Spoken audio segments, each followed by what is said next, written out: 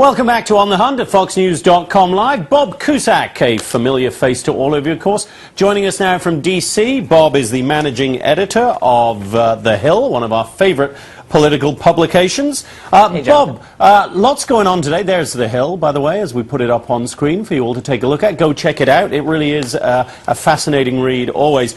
Bob, we were talking a lot with the panel and with Carl Cameron about this less than enthusiastic endorsement of Governor Romney by Rick Santorum. What did you make of it?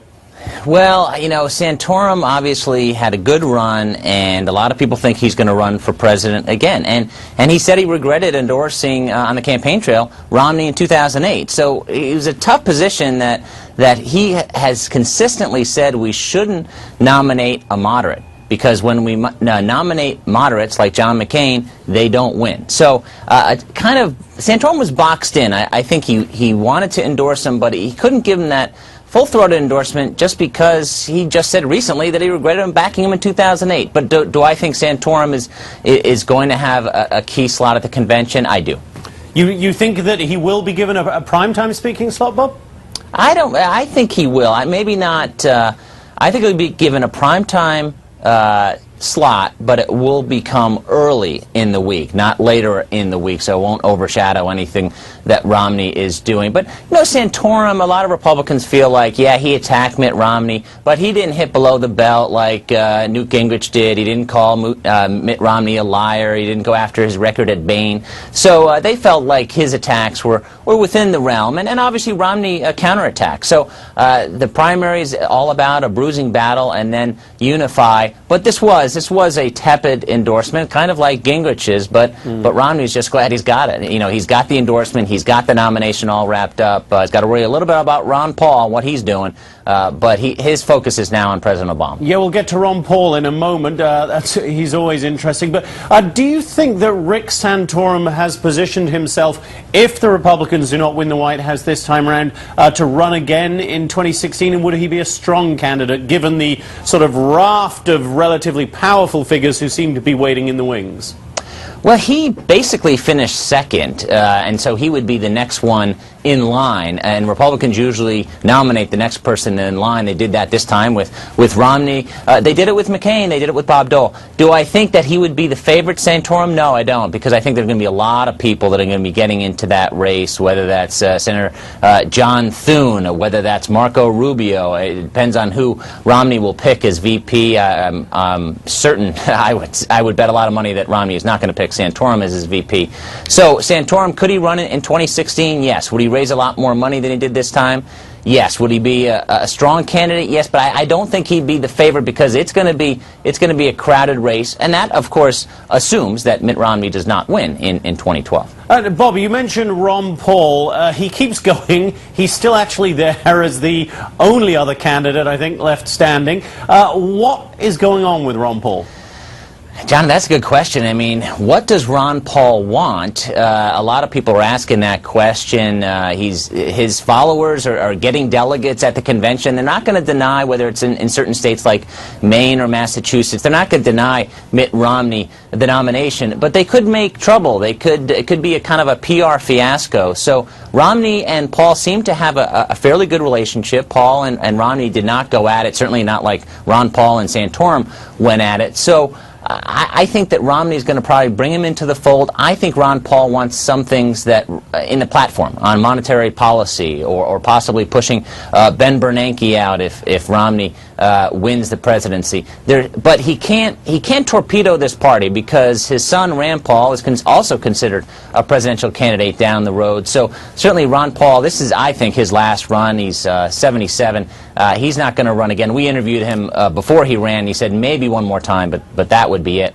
So Ron Paul's not going to run again, but he has to think of his son and his future in the party. But this is one to watch, because who knows? Ron Paul is very unpredictable. Yeah, that's for sure. You talk about influencing the platform, Bob. Does that really matter? For our viewers who are looking at this and then will be watching the convention, they hear about the party platform. Does that really bind the presidential candidate to anything at all, or is it just window dressing to keep people like Ron Paul happy?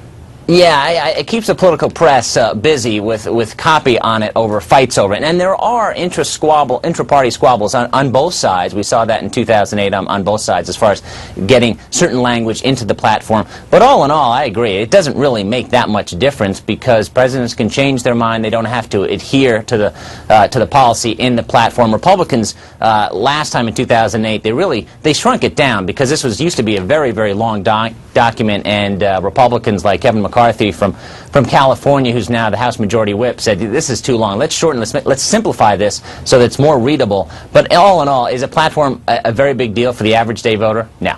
All right, and talking of influence within the party, Tea Party seem to be less influential than they were 2 years ago, but targeting certain seats and looking at the Senate, as I understand from your reporting.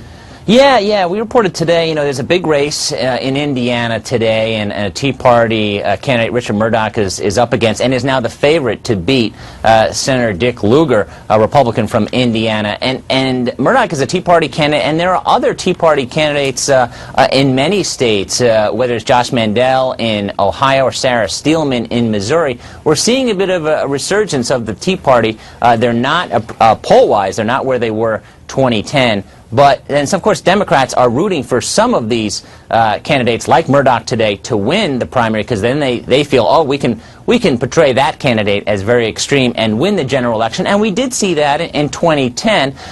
We saw that in Delaware after Christine O'Donnell beat Mike Castle. Then she lost the general election. Also, the Republican Ken Buck in Colorado lost. And of course, Sharon Angle, a Tea Party favorite, lost to Harry Reid. So there is a resurgence of the Tea Party, but some Republicans are a little bit too nervous that if these Tea Party candidates win, they may not be able to win the general election. But certainly, there's a bit of resurgence, and if Murdoch wins today, as he is now expected to do, that's a big victory for the Tea Party, bottom line. Yeah, that's a big name to take down, Dick Lugar. He's got quite a storied history.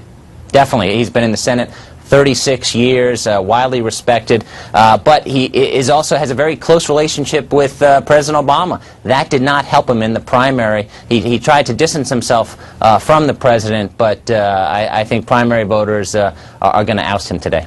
Bob, while I've got you here, Bob, just a quick question on the cultural issues. A lot of talk this week about gay marriage. Are these all little flares that we're going to see going off on the various social issues throughout the election season, or are the cultural issues going to be a genuine part of the decision making, do you think?